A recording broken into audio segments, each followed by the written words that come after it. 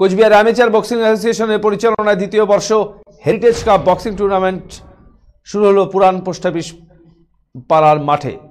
উক্ত অনুষ্ঠানে কোচবিহারের বিভিন্ন মহকুমা থেকে প্রায় 100 জনের কাছাকাছি প্রতিযোগিতা ও প্রতিযোগিনী অংশগ্রহণ করেন। খেলার উদ্বোধন করেন নর্থবেঙ্গল স্টেট ট্রান্সপোর্টের চেয়ারম্যান পার্থপ্রতিম রায় এবং কোচবিহার জেলা ব্যবসায়ী সমিতির সাধারণ সম্পাদক সুরজ কুমার ঘোষ। উপস্থিত ছিলেন প্রণব কুমার দাস এবং শিলিগুড়ি জলপাইগুড়ি থেকে আগত বিশিষ্ট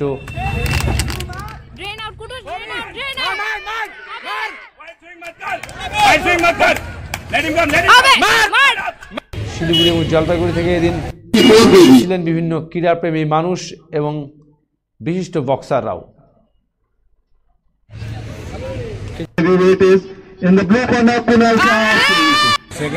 এখানে Cooch Behar heritage cup boxing tournament Cooch Behar amateur boxing অ্যাসোসিয়েশনের দ্বারা পরিচালিত দ্বিতীয় বর্ষ পুরান পোস্ট অফিস পাড়ার মাঠে হচ্ছে।